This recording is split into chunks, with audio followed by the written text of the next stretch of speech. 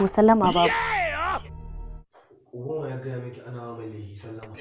Lehi kuma? Ke, ni ba soyayya na zo yi ba. Ki bani kuɗi na. Wani kuɗi? Ka bani ajiyan kuɗi ne? Dama ban baki ba, ɗauka ki yi.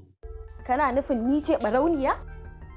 Kike nuyuwa kina nuyin baki ki ɗaukan min kuɗi ba. Ina nufin ni ba ɓarauniya ba ce.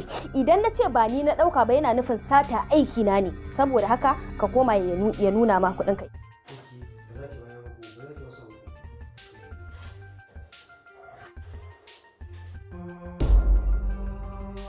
Wannan wani irin abu. Na sace kuɗi? Ƙarya ne daga amarya sai kuma in koma ɓarauniya?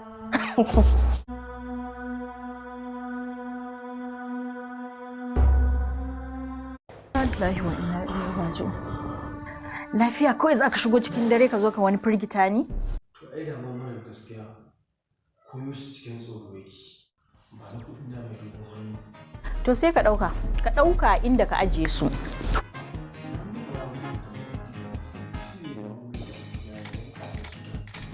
Ashe bokan naka ba ƙwararre ba ne.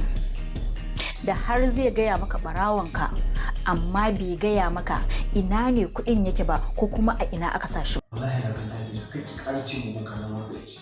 Billahi na zuri na zai bace za a ji mutum da ke yanzu ka. Ni ho yanzu ba matsayin mijinki nake ba wallahi. Matsayin ɓarawo da wanda an kawo shiri nake da ke. Masharranci dai da wanda aka yi wa sharri. Idan bokan naka ya shahara ya cika gurin aiki to ka je ka gaya masa ni Zubaida na ce ya ɗau duk wani matakin da zai ɗauka a kaina domin duniya ta san ni ce na ɗauki wannan kuɗin. Ban da amsar da zan baka domin na gama magana ta tun a farko.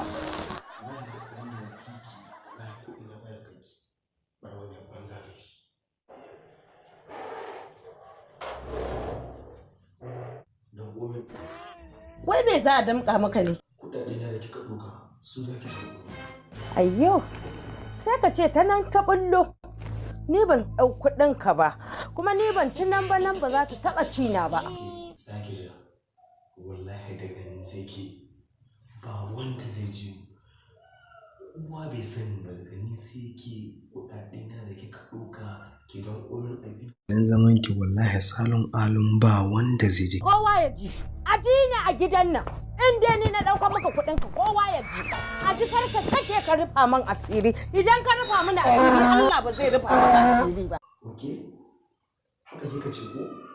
Yeah! Da sani ki wallahi ba rana ba ku rana. Check this out, right? Wallahi abin da sani ki ba ku rana. Ba ku rana da ku. What's happening? A kashe ni yanzu a je abin ne. Na ce a yi min likabari yanzu ku kai ni ku sallace ni ku binne ni. In dai ni na ɗan kuɗinka. Yanzu nan na ce a kashe ni. A kashe ni abin ne. Ni na ɗan kuɗinka dai za ka zo ka dame ni da damƙa min me zan damƙa maka.